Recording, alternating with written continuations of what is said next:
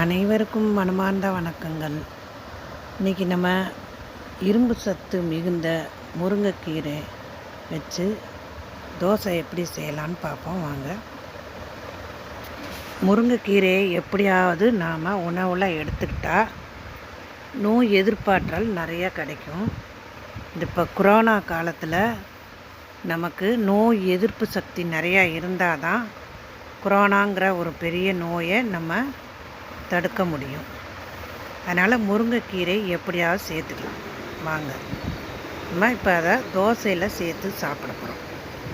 முருங்கைக்கீரையை கழுவி ஆஞ்சு வச்சுருக்கேன். தேங்காய், பச்சை மிளகா, பூண்டு, சீரகம், இஞ்சி வச்சுருக்கேன். எப்படி செய்யலாம் பார்ப்போம்.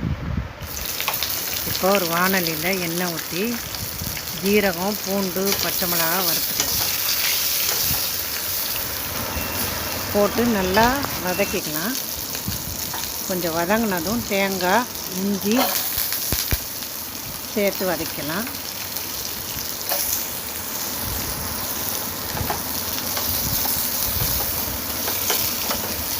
அதுவும் வதங்கினதும் முருங்கைக்கீரை கழுவி சுத்தம் பண்ண முருங்கைக்கீரையை ஒரு கப்பு போட்டுக்கலாம். போட்டு நல்லா வதக்கிக்கலாம்.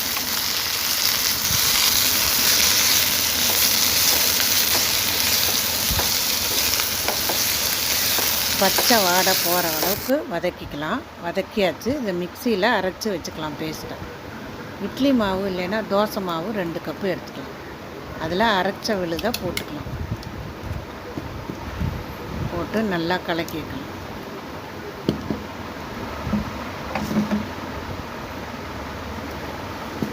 சில பேருக்கு முருங்கைக்கீரை ட்ரையாக இருக்கிறதுனால சாப்பிட பிடிக்காது.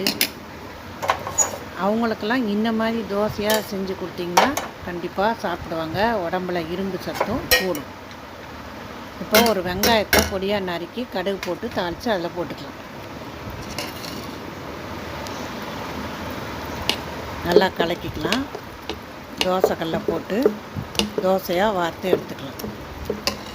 குழந்தைகளுக்கு சர்க்கரையும் பெரியவங்களுக்கு கார சட்னியும் செஞ்சு இந்த தோசைக்கு சைடிஷாக வச்சு கொடுத்தீங்கன்னா கண்டிப்பாக நல்லா விரும்பி சாப்பிடுவாங்க.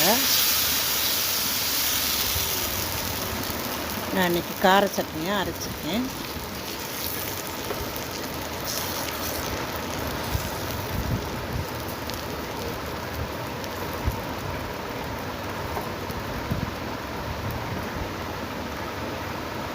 இந்த கொரோனா காலத்தில் நோய் எதிர்ப்பு சக்தி நிறையா கூடன்னா எல்லோரும் முருங்கைக்கீரையை தான் அதிக அளவில் சேர்த்துக்க சொல்கிறாங்க.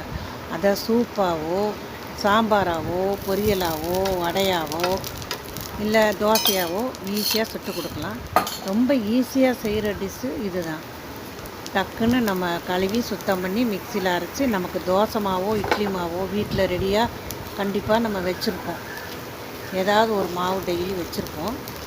அதில் இதை கலந்து நம்ம தோசையாக செஞ்சு சாப்பிட்றலாம். சீக்கிரமாக நமக்கு எளிதில் இரும்பு சத்தும் கிடைக்கும். சரி, நீங்களும் முருங்கைக்கீரை தோசையும் கார சட்னியும் சாப்பிட வாங்க.